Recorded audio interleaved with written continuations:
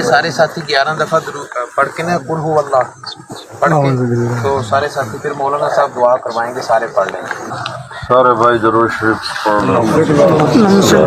یا اللہ محمد کما انت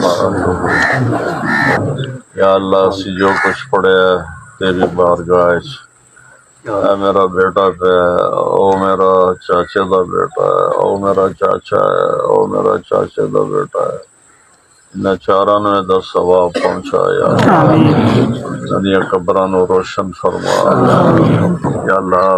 عاصم جمیل دا جڑا دکھ لگا ہے یہ تے مینوں حوصلہ نصیب فرما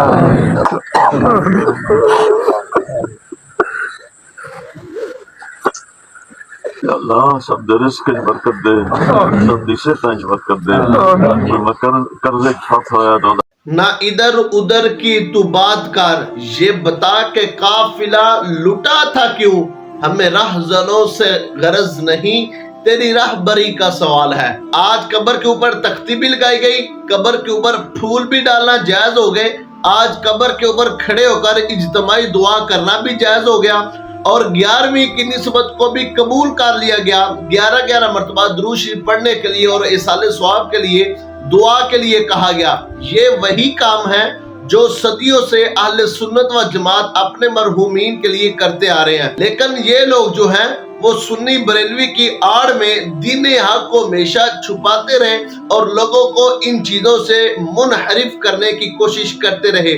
لیکن جب ان کی اپنی پشل پہ پاؤں آیا تو انہوں نے کیا کیا؟ وہی کام کیے جو اہل سنت و جماعت کا شعار تھا. یہاں پر تنقید نہیں ہے، صرف اصلاح ہے. اور بقول مفتی طارق مسعود کے فتوے سے پہلے یہ فتویٰ آپ سن لیجئے. مزاروں پہ جانا حرام ہے، گناہ کبیرہ ہے، اور اگر یہ نیت ہے کہ اللہ نے اس بابے کو اختیار دیے ہوئے ہیں مجھے اولاد دینے کا، پھر تو کافر ہو جائیں گے، اسلام سے خارج ہو جائیں گے. ایسے شخص کو مسلمانوں کے قبرستان میں دفن کرنا جائز نہیں. اگر حج کیا ہے تو وہ حج باطل ہو جائے گا، نکاح بھی ختم ہو جائے گا. تو اس میں مفتی طارق مسعود یہ کہہ رہا ہے جو صاحب قبر کے پاس جاتا ہے وہاں پہ جا کر دعائیں کرتا ہے، اگر اس نے حج کیا ہوا ہے اس کا حج باطل ہے، اگر اس نے نکاح کیا تو اس کا نکاح ٹوٹ گیا ہے.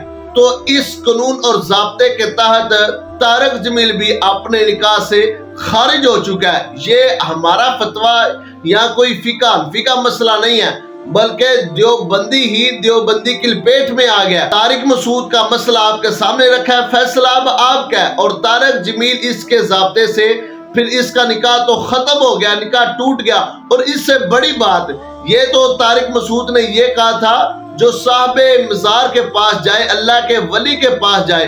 اور دوسری ویڈیو کے اندر طارق جمیل جو ہے سکھوں کے گردوارے کے اندر جا کر بابا گرو نانک کے قبر کے پاس جا کے کھڑے ہو کر حاضری دے رہا ہے. مزار پر مانگنے والوں کی کیا بخشش نہیں ہوگی؟ کیا درگاہ یا مزاروں پر جا کر دعائیں مانگنے والے مسلمان ہمیشہ ہمیشہ جہنم میں جائیں گے؟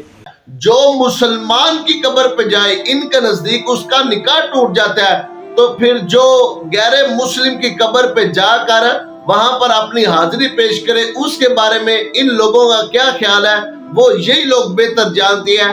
تو اس حوالے سے یہاں سے پتہ چلتا ہے کہ قبروں پر پھول ڈالنا، تختی لگانا اور وہاں پر بیٹھ کے ایصال ثواب کے لیے کلمات پڑھنا یا درود شریف پڑھنا، یہ سب کچھ جو ہے وہ اہل سنت و جماعت کا صدیوں سے معمول رہا ہے اور تا صبح قیامت اس پر معمول جاری و ساری رہے گا. لیکن یہ لوگ جو ہیں جن کے بڑے اس چیز کا دفاع کرتے کرتے جو ہے وہ دنیا سے رخصت ہو گئے، آج وہ اپنے بڑوں کی روحوں کو اذیت پہنچا رہے ہیں، ان کے بنائے ہوئے ضابطے اور قانون کا تقدس پامال کر رہے ہیں.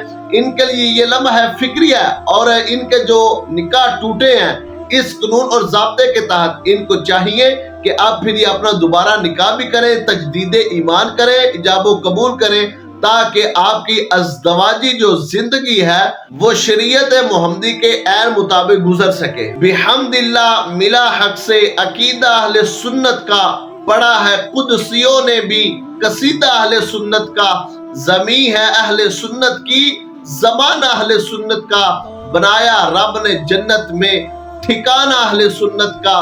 کسی کی ایڑ کی جانب نہیں اٹھتی نظر اپنی، خدا نے اتنا بھر دیا خزانہ اہل سنت کا.